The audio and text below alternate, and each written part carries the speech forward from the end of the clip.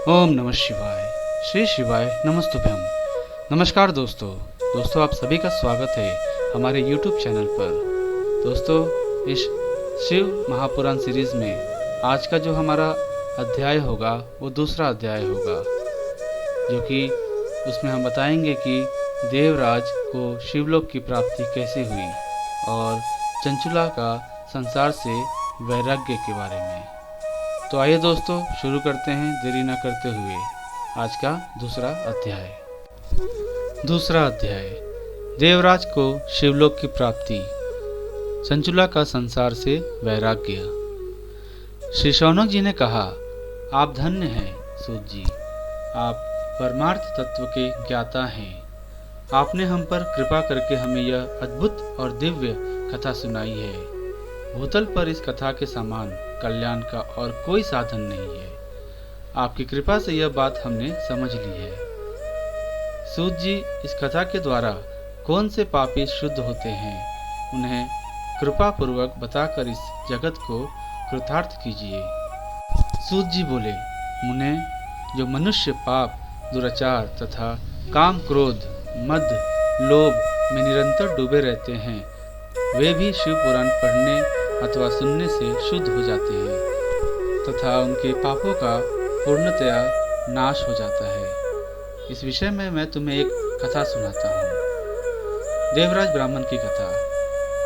बहुत पहले की बात है कि रातों के नगर में देवराज नामक एक ब्राह्मण रहता था।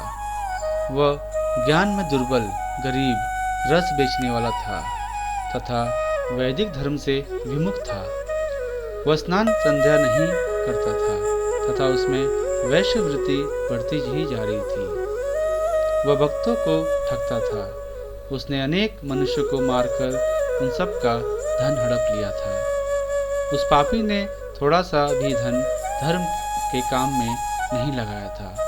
वह वैश्यागामी तथा आचार भ्रष्ट था।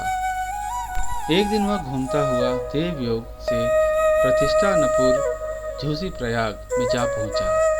वहां उसने एक शिवालय देखा जहां बहुत से साधु महात्मा एकत्र हुए थे। देवराज वहीं ठहर गया। वहां रात में उसे ज्वर आ गया और उसे बहुत पीड़ा होने लगी। वहीं पर एक ब्राह्मण देवता शिव पुराण की कथा सुना रहे थे।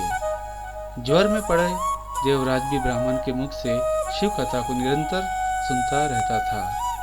एक मास बाद देवराज ज्वर से पीड़ित अवस्था में चल बसा।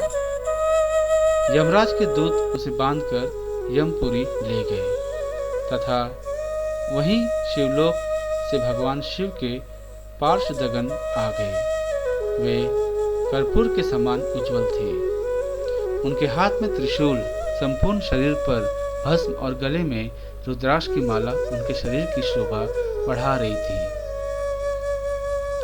उन्होंने यमराज के दूतों को मार पीट कर देवराज को यमदूतों की चुंगल से छुड़ा लिया और वे उसे अपने अद्भुत विमान में बिठाकर जब कैलाश पर्वत पर ले जाने लगे तो यमपुरी में कोलाहल मच गया, जिसे सुनकर यमराज अपने भवन से बाहर आ गए। साक्षात रुद्रों के समान प्रतीत होने वाले इन दूतों को धर्मराज ने विधि पूर्वक पूजन कर ज्ञान दृष्टि से सारा मामला जान लिया।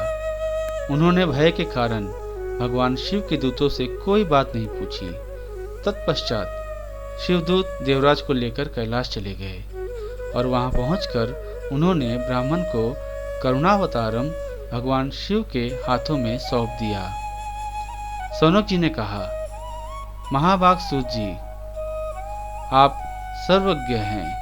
आपके कृपा प्रसाद से मैं कृतार्थ हुआ। इस इतिहास को सुनकर मेरा मन आनंदित हो गया। अतः भगवान शिव से प्रेम बढ़ने वाली दूसरी कथा भी सुनाइए। यहाँ पर दूसरा अध्याय समाप्त होता है।